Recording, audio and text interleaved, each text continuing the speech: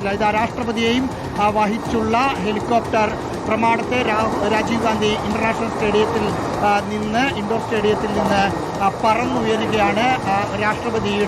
രാഷ്ട്രപതി സഞ്ചരിക്കുന്ന ഹെലികോപ്റ്ററാണ് മുന്നിലുള്ളത്. അതിന് പിന്നിലുള്ളത് അതിന് പൈലറ്റായി പോകുന്ന ഹെലികോപ്റ്ററാണ്. ഇവിടെ നിന്ന് അല്പസമയം മുമ്പാണ് രാഷ്ട്രപതി സന്നിധാനത്ത് നിന്ന് ഇവിടെ പ്രമാണത്തെ ഗ്രൗണ്ടിലേക്ക് വന്നത്. നമ്മുടെ ഈ ദൃശ്യങ്ങളിൽ കാണുന്നത് രാഷ്ട്രപതി സഞ്ചരിക്കുന്ന ഹെലികോപ്റ്ററാണ്. തൊട്ട് പിന്നാലെ തന്നെ രാഷ്ട്രപതിക്ക് ഒപ്പം പൈലറ്റായി സുരക്ഷയായി ഉള്ള മറ്റൊരു ഹെലികോപ്റ്റർ കൂടിയുണ്ട്. ആ ഹെലികോപ്റ്റർ കൂടി പറന്നുയരുകയാണ്. ഏതാണ്ട് പറന്നുയരുമ്പോൾ കൃത്യമായി കാര്യങ്ങളെല്ലാം ഉറപ്പായിരിക്കുന്നു. അതായത് കോൺക്രീറ്റ് രാവിലെ ഇട്ടത് അതങ്ങോട്ട് ഉറച്ചില്ല. ഉറയ്ക്കുന്നതിന് മുൻപേ ഹെലികോപ്റ്റർ ഇറക്കുകയും ചെയ്തു. ഇത് ഇനിയിപ്പോൾ എന്തായാലും ചർച്ചയാകുമെന്നുള്ളത് ഉറപ്പാണ്. രാഷ്ട്രപതി മടങ്ങുകയാണ്. ആർ റോഷിപാൽ കൂടി നമുക്ക് പോകുന്നുണ്ട്. ആർ റോഷിപാൽ, അങ്ങനെ ആ ഹെലികോപ്റ്റർ തിരികെ പറക്കുകയാണ് രാഷ്ട്രപതിയുമായി. തിരുവനന്തപുരത്തേക്ക് രാഷ്ട്രപതി യാത്ര തിരിച്ചു കഴിഞ്ഞിരിക്കുകയാണ്. പക്ഷേ ഈ വന്ന മണിക്കൂറിൽ സംഭവിച്ചത് അത് ഏതു തരത്തിലാണ് ഇപ്പോൾ ആഭ്യന്തര വകുപ്പ് വിലയിരുത്തുന്നത്?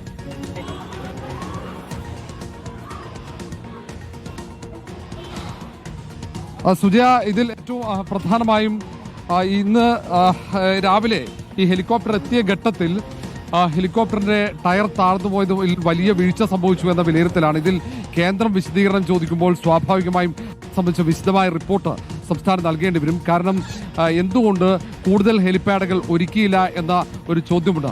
ആ ചോദ്യത്തിനാണ് പ്രധാനമായും ഉത്തരം നൽകേണ്ടി വരിക. കാരണം മുൻകൂട്ടി തന്നെ അറിയിച്ചതാണ് രാഷ്ട്രപതിയുടെ വരവ്.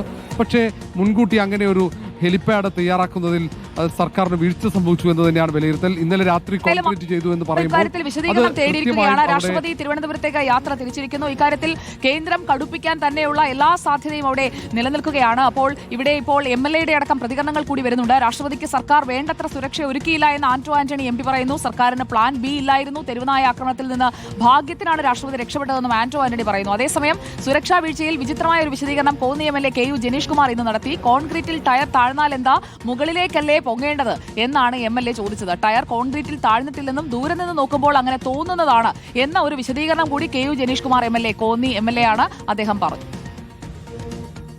അവിടെ ആദ്യത്തെ ഹെലികോപ്റ്റർ ഒന്ന് താന്നു കഴിഞ്ഞപ്പോൾ തന്നെ ഒരു തെരുവുനായ ഓടി ഹെലികോപ്റ്ററിന്റെ അടുത്തോട്ട് ചെന്നു.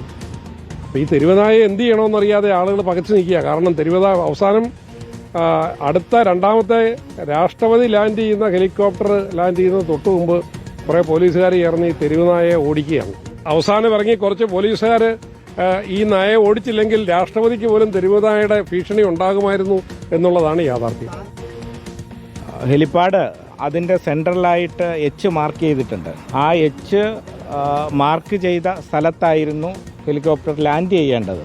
ലാൻഡ് ചെയ്തപ്പോൾ അല്പം ബാക്കിലേക്കായി പോയി. ആ ബാക്കിലേക്കായി പോയപ്പോൾ ഇത് ഉയർത്തുന്ന ഘട്ടത്തിൽ ഫാൻ കറങ്ങി ബാക്ക് വശത്തെ ചെളിയും അതോടൊപ്പം തന്നെ പൊടിയും ഒക്കെ ഉയരാൻ സാധ്യതയുണ്ട്. അപ്പോൾ അതിൻ്റെ പൈലറ്റ് തന്നെ ആ സുരക്ഷാ ഉദ്യോഗസ്ഥരോട് പറഞ്ഞ് നമുക്ക് ഈ സെൻറ്ററിലേക്കൊന്ന് നീക്കി നിർത്തണം.